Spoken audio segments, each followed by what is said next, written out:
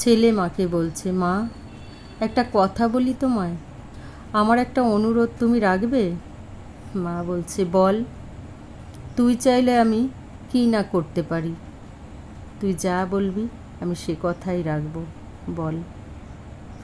তোমার বৌমা বলছিল তোমার তো এখন বয়স হয়েছে, তোমার একটু বিশ্রামের প্রয়োজন।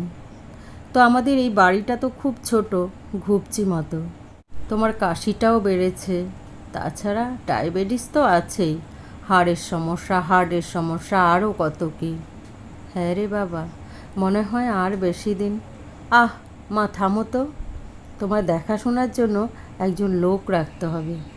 তাহলে আমায় গ্রামের বাড়ির না না মা, ওই বৃদ্ধাশ্রম স্পেশাল ব্রাঞ্চ আছে না, ওখানে ভর্তি করলে কেমন হয়? তোমার বৌমাও তাই বলছিল। ওখানে তোমার মতো অনেকে আছে, তোমার দেখবে খুব ভালো লাগবে। তাদের সঙ্গে গল্প করতে করতে তোমার সময় কেটে যাবে। আমি ব্যবসায় যাচ্ছি, তোমার বৌমা অফিসে, আর মিঠু তো সারাদিন স্কুল আর টিউশন নিয়েই থাকে। তুমি তো এখানে একা একা পড়ে থাকো, দেখবে তুমি ওখানে আরামেই থাকবে। দেখবে মা, এটাই আমার আর তোমার বৌমায়ের অনুরোধ ছিল। ঠিক আছে, তুই চাইলে তাই হবে। থ্যাঙ্কস মা, তাহলে ব্যাগপত্র সব গুটিয়ে রেখো, আজ বিকেলেই রওনা দেব। রাস্তায় যেতে যেতে অস্বস্তিকর একটা জ্যামে আটকে গাড়িটি। মা ছেলের নীরবতা ভাঙল। মা বলল, বাবা তুই আমাকে ওখানে দেখতে যাবি তো? আমায় একটা ফোন কিনে দিস। তুমি ফোন দিয়ে কি করবে মা? ওখানে ফোন আছে তো। কিছুক্ষণ পর গাড়িটি নিয়ে একটি বাড়ির সামনে দাঁড়ালো। বেশ কিছুক্ষণ নীরব থেকে ছেলে বলে উঠল, নামো মা, এটাই সেই বৃদ্ধাশ্রম।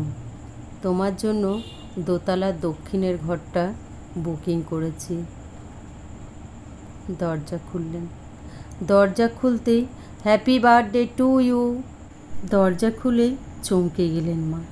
আরে, ওই তো আমার একমাত্র নাতনি আর আমার বৌমা হাতে কেক নিয়ে দাঁড়িয়ে। এত বেলুন সে আগে কখনো দেখেনি। এত আয়োজন করে এর আগে তার জন্মদিনে কেউ কখনো শুভেচ্ছা জানায়নি।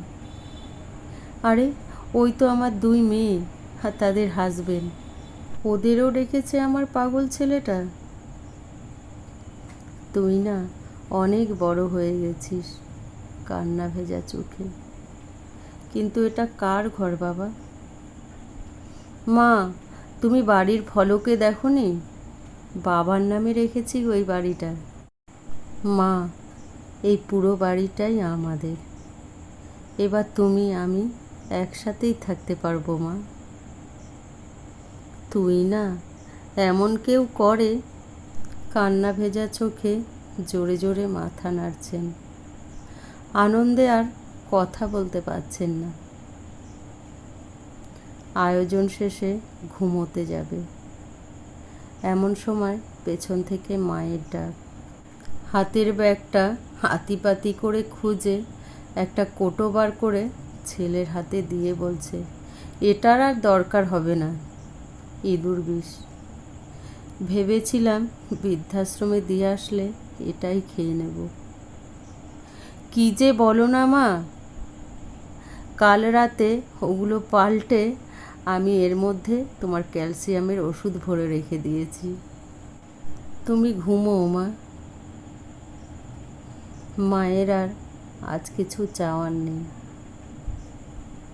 কারণ আর কিছু না হোক, তার ছেলেকে সে মানুষের মতো মানুষ করতে পেরেছে। তাই আজকের ঘুমটা তার খুব আরামের হবে, ঘুমের ওষুধও খেতে হবে না। প্রত্যেকটা সন্তানই যেন এভাবে তার মা বাবাকে ভালোবাসে। শেষ বয়সে যেন কেউ তার মা বাবাকে বৃদ্ধাশ্রমে না পাঠায়।